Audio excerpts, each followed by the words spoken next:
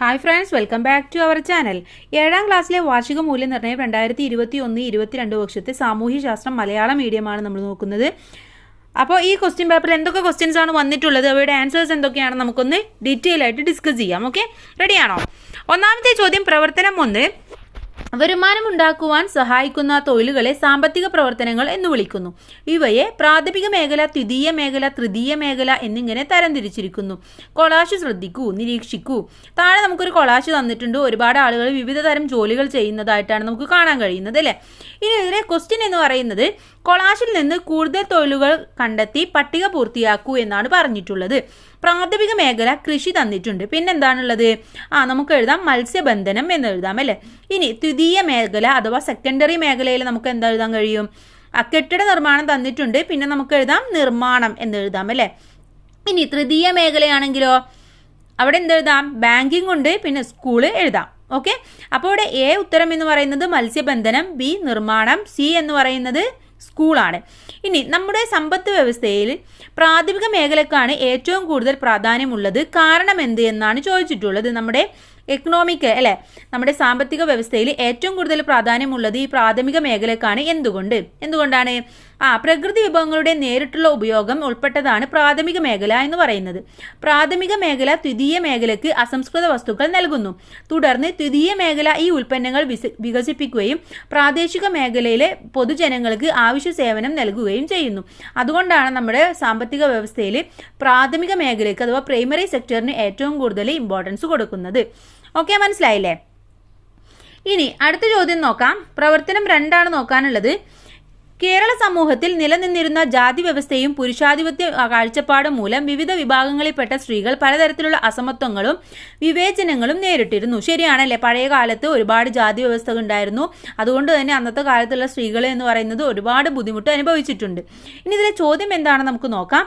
വിവേചനങ്ങൾക്കും അസമത്വങ്ങൾക്കുമെതിരെ അക്കാലത്ത് കേരളത്തിൽ സ്ത്രീകളുടെ നേതൃത്വത്തിൽ നടന്ന സമരങ്ങൾ ഏതെല്ലാം എന്നാണ് ചോദിച്ചിട്ടുള്ളത്. അപ്പോൾ ഏതൊക്കെ സമരങ്ങളാണ് അങ്ങനെ നടന്നിട്ടുള്ളത് എന്ന് നമുക്കൊന്ന് എഴുതണം. ഏതൊക്കെയായിരുന്നു? ചാന്നാർ കലാപം, തോൽവിരാക്കു കലാപം, മേച്ചിൽപുല്ല് കലാപം. ഇതൊക്കെയാണ് പ്രധാനപ്പെട്ട അന്ന് നടന്ന കലാപങ്ങൾ എന്ന് പറയുന്നത്. സ്ത്രീകളുടെ എതിരായിട്ടുള്ള വിവേചനങ്ങളും അസമത്വങ്ങളൊക്കെ നടന്നപ്പോൾ അവർ നടത്തിയ കലാപങ്ങളാണ്. ഓക്കെ, ഇനി ഇതിലെ ബി ചോദ്യം, ഇന്ന് നമ്മുടെ സമൂഹത്തിൽ സ്ത്രീ പുരുഷ സമത്വം നിലനിൽക്കുന്നുണ്ടോ? സ്ത്രീ പുരുഷ സമത്വം ഉറപ്പാക്കുന്നതിനായി നിങ്ങളുടെ നിർദ്ദേശങ്ങൾ കൂടി ഉൾപ്പെടുത്തി ഒരു കുറിപ്പ് തയ്യാറാക്കുക എന്നാണ് നമ്മളോട് പറഞ്ഞിട്ടുള്ളത്.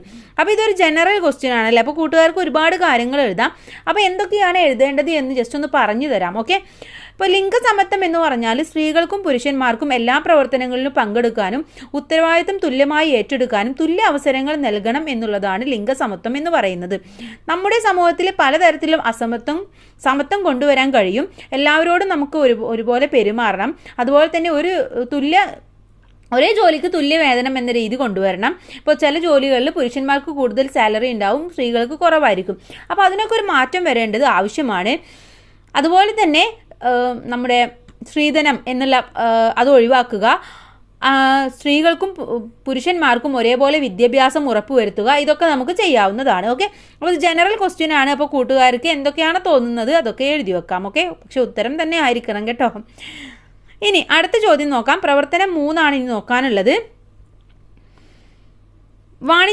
വാണിജ്യാധിപത്യം നേടിയ ഇംഗ്ലീഷ് ഈസ്റ്റ് ഇന്ത്യ കമ്പനിയുടെ അടുത്ത ലക്ഷ്യം അധികാരം നേടുക എന്നതായിരുന്നു. ബംഗാളിലായിരുന്നു കമ്പനി ആദ്യമായി അധികാരം നേടിയത്. നമുക്കറിയാവുന്ന കാര്യമാണല്ലേ. ഇനി ബംഗാളിൽ അധികാരം നേടാൻ ഇംഗ്ലീഷ് ഈസ്റ്റ് ഇന്ത്യ കമ്പനിയെ പ്രേരിപ്പിച്ച ഘടകങ്ങൾ എന്തൊക്കെയാണെന്നാണ് നമ്മളോട് ചോദിച്ചിട്ടുള്ളത്. അപ്പോൾ എന്തൊക്കെ ഘടകങ്ങളായിരുന്നു ഇംഗ്ലീഷ് ഈസ്റ്റ് ഇന്ത്യ കമ്പനി ബംഗാളിൽ തുടങ്ങാനുള്ള കാരണം എന്നാണ് നമ്മൾ പറയേണ്ടത്. അപ്പോൾ എന്തായിരുന്നു? ബംഗാളിലെ ജനങ്ങൾ എന്ന് പറയുന്നത് സഹോദരന്മാരെ പോലെയാണ് ജീവിച്ചിരുന്നത്. ബ്രിട്ടീഷ് ഗവൺമെന്റിന്റെ നയങ്ങളെ എതിർക്കുന്ന ധാരാളം പ്രവർത്തനങ്ങൾ അവർ നടത്തുകയും ചെയ്തിരുന്നു. ബ്രിട്ടീഷ് ഭരണത്തിനെതിരെയായി ഉയർന്നു വന്ന ശക്തിയായാണ് ബംഗാളിനെ അധികാരികൾ കണ്ടത്. അതുകൊണ്ട് തന്നെയാണ് ബംഗാളിൽ അവർ ഈസ്റ്റ് ഇന്ത്യ കമ്പനി സ്ഥാപിച്ചതും. മഹാകവി രവീന്ദ്രനാഥ് ടാഗോർ പറഞ്ഞത്, പശ്ചിമ ബംഗാളും പൂർവ്വ ബംഗാളും ഒരു ഹൃദയത്തിന്റെ 2 അറകളായാണ്. ഗംഗയും ബ്രഹ്മപുത്രയും ആശ്ലേഷിക്കുന്നതും ഫലഭൂഷ്ടയുമായ 2 അറകളായാണ് അദ്ദേഹം പറഞ്ഞത്. അപ്പോൾ ഇങ്ങനെ ഇവരുടെ ഒരു ഐക്യം കൊണ്ട് തന്നെ ഇവർ ഗവൺമെന്റിന്റെ ഓരോ നയങ്ങൾക്കെതിരെ പ്രതികരിക്കുകയും തുടങ്ങി. അതുകൊണ്ട് അവർക്ക് മനസ്സിലായി ബംഗാളിൽ തന്നെ നമ്മുടെ ഈസ്റ്റ് ഇന്ത്യ കമ്പനി സ്ഥാപിക്കണം, എന്നിട്ട് ബംഗാളിനെ 2 തലങ്ങളായി വിഭജിക്കണമെന്ന്. അങ്ങനെയാണ് അത്തരം തീരുമാനം അവർ എടുത്തത്. ഓക്കെ, ഇനി ബി ചോദ്യം, മൈസൂർ യുദ്ധങ്ങളിലൂടെ ബ്രിട്ടീഷ് ആധിപത്യത്തിലായ രാജ്യങ്ങൾ, പ്രദേശങ്ങൾ ഏതൊക്കെയാണെന്നാണ് ചോദിച്ചിട്ടുള്ളത്. ഏതൊക്കെ പ്രദേശങ്ങളായിരുന്നു ബ്രിട്ടീഷിന്റെ ആധിപത്യത്തിലായത്? കണ്ണാറ, വയനാട്, കോയമ്പത്തൂര്, ധാരാപുരം, ശ്രീരംഗപട്ടണം. ഒന്നും കൂടെ വായിക്കാം. കണ്ണാറ, വയനാട്, കോയമ്പത്തൂര്, ധാരാപുരം, ശ്രീരംഗപട്ടണം. ഇതൊക്കെയാണ് മൈസൂർ യുദ്ധങ്ങളിലൂടെ ബ്രിട്ടീഷ് ആധിപത്യത്തിലായ പ്രദേശങ്ങൾ എന്ന് പറയുന്നത്. ഓക്കെ, ഇനി പ്രവർത്തനം 4 നോക്കാനുള്ളത്. ലീന സ്കൂളിൽ പോകുമ്പോൾ വഴിയിൽ വിശന്ന് അവശയായിരിക്കുന്ന ഒരു കുട്ടിയെ കണ്ടു. തന്റെ കയ്യിലുണ്ടായിരുന്ന ബിസ്ക്കറ്റ് ലീന ആ കുട്ടിക്ക് കൊടുത്തു. വിശന്നിരിക്കുന്നവരെ സഹായിക്കാൻ ലീന പഠിച്ചത് അവളുടെ കുടുംബത്തിൽ നിന്നാണ്. ഇത്തരത്തിൽ മറ്റെന്തെല്ലാം ശീലങ്ങളാണ് നമ്മൾ കുടുംബത്തിൽ നിന്ന് സ്വായത്തമാക്കുന്നത്? എന്തൊക്കെയാണ്? അച്ചടക്കം, കൃത്യനിഷ്ഠ, മുതിർന്നവരോട് സ്നേഹം, മുതിർന്നവരോട് ബഹുമാനം, കുട്ടികളോടുള്ള അനുകമ്പ, ഇത്തരത്തിലുള്ള എല്ലാ കാര്യങ്ങളും നമ്മൾ പഠിക്കുന്നത് നമ്മുടെ കുടുംബത്തിൽ നിന്ന് തന്നെയാണ്. ഇനി ബി ചോദ്യം എന്താണെന്ന് നോക്കാം. ഒരു വ്യക്തിയെ ഉത്തരവാദിത്ത ബോധമുള്ള സാമൂഹ്യ ജീവിയാക്കുന്നതിൽ കുടുംബത്തോടൊപ്പം വിദ്യാലയവും പ്രധാന പങ്ക് വഹിക്കുന്നുണ്ട്. വിദ്യാലയം സമൂഹീകരണത്തിന് സഹായിക്കുന്നത് എങ്ങനെയെല്ലാമാണെന്ന് ഒരു കുറിപ്പ് തയ്യാറാക്കാനാണ് നമ്മളോട് പറഞ്ഞിട്ടുള്ളത്. അപ്പോൾ നമ്മളിത് ടെക്സ്റ്റ് ബുക്കിൽ ഡീറ്റെയിൽ ആയിട്ട് പഠിച്ചിട്ടുള്ളതാണ് അല്ലേ? എന്തൊക്കെയാണ് കുടുംബം ചെയ്യുന്നത്, കുടുംബത്തിൻ്റെ ധർമ്മം എന്താണ്, അതുപോലെ തന്നെ സ്കൂളിൻ്റെ ധർമ്മം എന്താണ്, സ്കൂൾ എന്തൊക്കെ കാര്യങ്ങൾ ചെയ്യുന്നുണ്ട്, കുടുംബം എന്തൊക്കെ കാര്യങ്ങൾ ചെയ്യുന്നുണ്ട് എന്നൊക്കെ നമ്മൾ ഡീറ്റെയിൽ ആയിട്ട് ടെക്സ്റ്റ് ബുക്കിൽ പഠിച്ചിട്ടുള്ളതാണ്. അപ്പോൾ കൂട്ടുകാരെ നന്നായിട്ട് വായിച്ച് മനസ്സിലാക്കുക. ഇപ്പോൾ വിദ്യാലയമാണെങ്കിൽ നിയമങ്ങൾ പാലിക്കാൻ ശീലിപ്പിക്കുന്നു, അറിവ് നേടുന്നു, മൂല്യങ്ങൾ സ്വായത്തമാക്കുന്നു, വ്യത്യസ്ത ചുറ്റുപാടിൽ നിന്ന് വരുന്ന കുട്ടികളുമായി ഇടപെടുന്നു, നല്ല ശീലങ്ങൾ വളർത്തുന്നു. ഇതൊക്കെ നമ്മൾ സ്കൂളിൽ നിന്നാണ്. അപ്പോൾ അതെല്ലാം ഉൾപ്പെടുത്തിക്കൊണ്ട് ഒരു കുറിപ്പ് തയ്യാറാക്കുകയാണ് വേണ്ടത്. ഓക്കെ, ഇനി പ്രവർത്തനം 5 കടക്കാം. ഇന്ത്യൻ ഭരണഘടനയുടെ സത്തയും ഭരണഘടനയുടെ താക്കോലുമാണ് ആമുഖം. ഭരണഘടനയുടെ അടിസ്ഥാന ആദർശങ്ങളും മൂല്യങ്ങളും പ്രതിപാദിപ്പിക്കുന്നത് ആമുഖത്തിലാണെന്നാണ് പറഞ്ഞിട്ടുള്ളത്. അപ്പോൾ ആമുഖം കൂട്ടുകാർ വായിച്ചിട്ടുണ്ടാകുമെന്ന് വിചാരിക്കുന്നു. എ, ഇന്ത്യൻ ഭരണഘടനയുടെ അടിസ്ഥാന ലക്ഷ്യങ്ങൾ ഉൾപ്പെടുത്തി പദസൂര്യം പൂർത്തിയാക്കാനാണ് പറഞ്ഞിട്ടുള്ളത്. ഇന്ത്യൻ ഭരണഘടനയുടെ അടിസ്ഥാന ലക്ഷ്യങ്ങൾ മതേതരത്വം, പിന്നെ എന്തൊക്കെയാണ് ബാക്കി നമ്മൾ എഴുതി കൊടുക്കുകയാണ് വേണ്ടത്. പിന്നെ എന്തൊക്കെ എഴുതാം നമുക്ക്? മതേതരത്വം കഴിഞ്ഞാൽ മതേതരത്വം മാത്രമേ ഉള്ളൂ?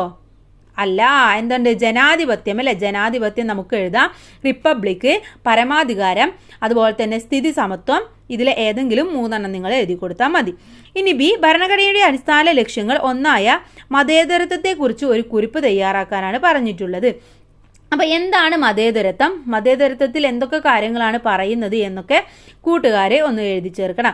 അപ്പോൾ ഇഷ്ടമുള്ള മതത്തിൽ വിശ്വസിക്കുന്നതിനും പ്രചരിപ്പിക്കുന്നതിനും പൗരന്മാർക്കുള്ള അവകാശം, അതാണ് നമ്മൾ മതേതരത്വം എന്ന് പറയുന്നത്.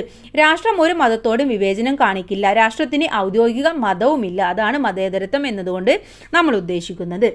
ഇനി അടുത്ത പ്രവർത്തനം നോക്കാം. പ്രവർത്തനം 6 ദേശീയ പ്രസ്ഥാനത്തിലെ 1919 മുതൽ 1947 വരെയുള്ള കാലഘട്ടം ഗാന്ധിയൻ കാലഘട്ടം എന്ന് അറിയപ്പെടുന്നു. എ, മഹാത്മാഗാന്ധി പങ്കെടുത്ത സമരങ്ങളാണ് താഴെ തന്നിരിക്കുന്നത്. അവയെ കാലഗണന അനുസരിച്ച് ക്രോണോളജിക്കൽ ഓർഡറിൽ നമ്മളോട് ഓർഡറാക്കി എഴുതാനാണ് പറഞ്ഞിട്ടുള്ളത്. അപ്പോൾ ഒന്നാമത്തേത് എന്തുവരും? 1942 ക്വിറ്റ് ഇന്ത്യ പ്രസ്ഥാനം, 1930 ഉപ്പ് സത്യാഗ്രഹം, 1920 ഇവിടെ തന്നിട്ടുണ്ട് നിസ്സഹകരണ സമരം, 1918 കോട്ടൺ മിൽ പണിമുടക്ക്, 1917 ചമ്പാരൻ സമരം. ഓക്കെ, അപ്പോൾ ഇങ്ങനെയാണ് ഗാന്ധിജിയുടെ വരുന്നത്. 1917, 18, 20, 30, 42. ഓക്കെ, ഇനി ബി, മഹാത്മാഗാന്ധിയുടെ നേതൃത്വത്തിൽ നടന്ന നിസ്സഹകരണ സമരത്തിലെ ബഹിഷ്കരണ പ്രവർത്തനങ്ങളിൽ ഏതെങ്കിലും 3 എഴുതാനാണ് പറഞ്ഞിട്ടുള്ളത്. അപ്പോൾ എന്തൊക്കെയായിരുന്നു ബഹിഷ്കരണ പ്രസ്ഥാനത്തിൽ ഉണ്ടായിരുന്നത്? വിദേശ വസ്തുക്കളുടെയും ഭാഷകളുടെയും ബഹിഷ്കരണം, സർക്കാർ കോട്ടേജ്, സ്കൂള്, കോടതി എന്നിവ ബഹിഷ്കരിക്കുക. ഓക്കെ, അപ്പോൾ 2 കൂട്ടുകാരെ എഴുതിയാൽ മതി. ഇനി പ്രവർത്തനം 7 മനുഷ്യൻ ശ്രദ്ധാപൂർവം ജൈവമണ്ഡലത്തിൽ ഇടപെട്ടില്ലെങ്കിൽ നാം ഉൾപ്പെടെയുള്ള ജീവജാലങ്ങൾക്കു വേണ്ടി പ്രകൃതി ഒരുക്കി തന്ന ഈ സുന്ദരമായ ലോകം നമുക്ക് വസിക്കുവാൻ കഴിയാത്ത ഒരിടമായി മാറും. കൊളാശ് നിരീക്ഷിക്കൂ എന്നാണ് പറഞ്ഞിട്ടുള്ളത്. താഴെ നമുക്ക് നല്ല ഒരു കൊളാശ് തന്നിട്ടുണ്ട്. ഇനി ഇതിലെ ചോദ്യം എന്താണെന്ന് നോക്കാം. കൊളാശിൽ നമുക്ക് ചുറ്റുപാടും മനുഷ്യർ നടത്തുന്ന അനിയന്ത്രിതമായി പരിസ്ഥിതി ചൂഷണം കണ്ടുവല്ലോ. പ്രകൃതി സംരക്ഷണം നമ്മൾ ഓരോരുത്തരുടെയും കടമയാണ്. ഇതിനെക്കുറിച്ച് സമൂഹത്തെ ബോധവൽക്കരിക്കാൻ ഒരു പോസ്റ്റർ തയ്യാറാക്കുക എന്നാണ് പറഞ്ഞിട്ടുള്ളത്. അപ്പോൾ കൂട്ടുകാർ ഇത്തരത്തിലുള്ള പോസ്റ്റർ തയ്യാറാക്കിയിട്ടുള്ളതാണ്. നല്ല ഭംഗിയായിട്ട് ചിത്രം വരയ്ക്കുകയും വേണം. എന്നിട്ട് ഇതിനെക്കുറിച്ച് എന്തെങ്കിലും 1-2 വാക്കുകൾ നിങ്ങൾ എഴുതുക. ഓക്കെ, പ്രകൃതി നമ്മുടെ അമ്മയെ പോലെയാണ്, അതിനെ ഒരിക്കലും നശിപ്പിക്കരുത് എന്നൊക്കെ പറയാം നിങ്ങൾക്ക്. ഓക്കെ, ഇനി ഇതിലെ അടുത്ത ചോദ്യം എന്താണെന്ന് നോക്കാം. എട്ടാമത്തേതാണ് മധ്യകാല യൂറോപ്പിൽ കല, സാഹിത്യം, ശാസ്ത്രം, മതം എന്നീ രംഗങ്ങളിൽ നവോത്ഥാനം സ്വാധീനിച്ചു. നവോത്ഥാനത്തിന്റെ പിതാവ് എന്നറിയപ്പെടുന്നത് ആര് എന്നാണ് ചോദിച്ചിട്ടുള്ളത്. ആരാണ് നവോത്ഥാനത്തിന്റെ പിതാവ് എന്ന പേരിൽ അറിയപ്പെടുന്നത്? ആരാണ്? പെട്രാർക്ക് അല്ലെ, പെട്രാർക്കാണ് നവോത്ഥാനത്തിന്റെ പിതാവ് എന്ന് അറിയപ്പെടുന്നത്. ബി, നവോത്ഥാന കാലത്തെ കലാകാരന്മാർ അവരുടെ സൃഷ്ടികൾ, മേഖലകൾ എന്നിവയാണ് പട്ടികയിൽ തന്നിരിക്കുന്നത്. അവയെ ശരിയായ രീതിയിൽ ക്രമീകരിക്കൂ. അപ്പൊ കലാകാരന്മാർ സൃഷ്ടികളിൽ ഗട്ടാമെലിത്ത ആരാണ്? അവിടെ നമ്മൾ ഡൊണാറ്റല്ലോ എന്ന് കൊടുക്കണം അല്ലെ. ഡൊണാറ്റല്ലോ, ഗട്ടാമെലിറ്റ, പിന്നെ ശില്പശാല. ഇനി റാഫേലിന്റെ ഏതാണുള്ളത്? റാഫേലുമായി ബന്ധപ്പെട്ടത് ഏതാണ്? യെസ്, റാഫേൽ ഏതൻസിലെ വിദ്യാലയമാണ്. പിന്നെ ചിത്രകല എന്ന് നമ്മൾ ഫീൽഡ് എന്നുള്ളിടത്ത്, മേഖല എന്നുള്ളിടത്ത് ചിത്രകല എന്നും കൊടുക്കണം.